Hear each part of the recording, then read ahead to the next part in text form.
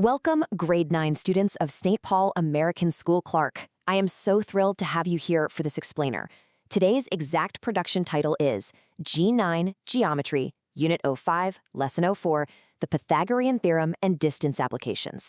We're going to explore how one of the absolute most famous theorems in all of mathematics is actually your ultimate secret weapon for navigating the coordinate plane. You won't just be plugging numbers into some formula you don't really understand. Nope. By the end of this, you're going to literally see the geometry hidden right there on the grid. To keep us on track, here's our roadmap for today's session. 1. Lesson objective. 2. The Pythagorean Theorem explained. 3. Finding distance between points. 4. Checking for common misconceptions. 5. Brief formative knowledge check. And finally, 6. Concise recap of concepts. Let's get right into it.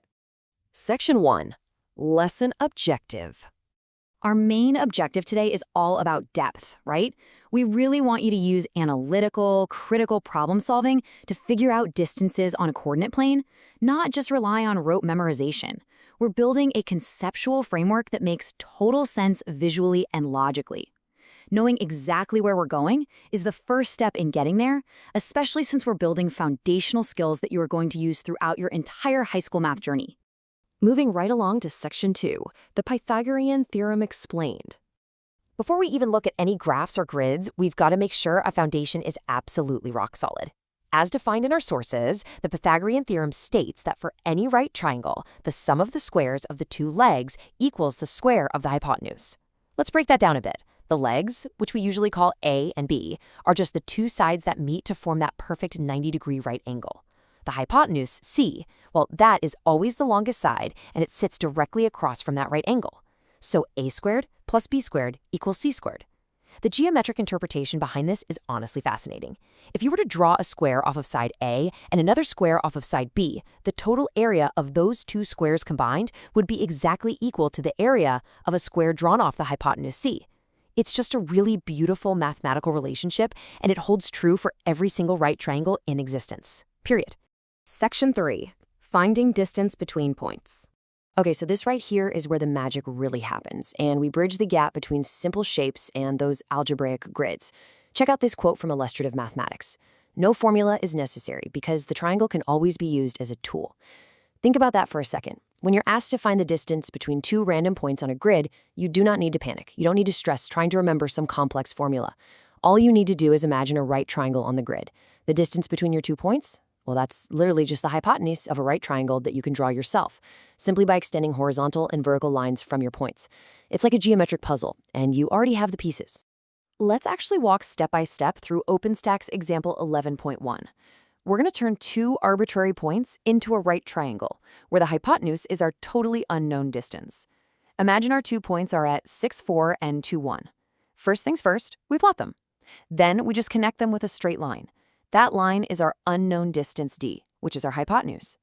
Next up, we drop a vertical line straight down from 6, 4, and we draw a horizontal line straight over from 2, 1, until, boom, they meet at a perfect 90-degree right angle. Now we just have to find the lengths of these two legs we just made. The horizontal leg goes from an x value of 2 over to an x value of 6, right? So that's a length of 4. The vertical leg goes from a y value of 1 up to a y value of 4, so that's a length of 3. Now that we have our legs, lengths of 3 and 4, we just plug those numbers right into our trusty Pythagorean theorem. A squared plus b squared equals d squared. Okay, 3 squared is 9, plus 4 squared, which is 16. What's 9 plus 16? It's 25. So d squared equals 25. To find plain old d, we just take the square root of both sides. And hey, since distance obviously has to be a positive number, we completely ignore the negative root. This means our final distance is exactly 5. See that? Notice how we didn't have to memorize a brand new distance formula? We literally just used a right triangle. It's brilliant. All right, Section 4, checking for common misconceptions. Understanding the visual right triangle is a way more robust analytical tool than memorizing some arbitrary formula. This is a massive trap students fall into. Often you're taught to just memorize the distance formula, which, let's be honest, is a massive conglomeration of operations, variables, square roots, and tiny subscripts. It is so incredibly easy to get derailed here if you take the wrong approach to your studying. Think about it. If you forget just one single minus sign or mix up your x's and y's, you have absolutely no way to recover. The problem is just totally lost. But If your fundamental understanding is simply that distance is just the hypotenuse of a right triangle, you are basically bulletproof. You can always sketch the points out, count the horizontal and vertical distances to find your legs, and use a squared plus b squared equals c squared. Sense-making, my friends, always wins out over rote memorization. Section 5. Brief formative knowledge check. Okay, now it's your turn. Let's test your understanding with a quick active check. I want you to apply this exact conceptual, sense-making approach to a brand new problem. Take a second to imagine the grid. Draw the right triangle in your mind's eye and apply the theorem to these 2 points, 6, 1 and 2, -2. Picture exactly where they are.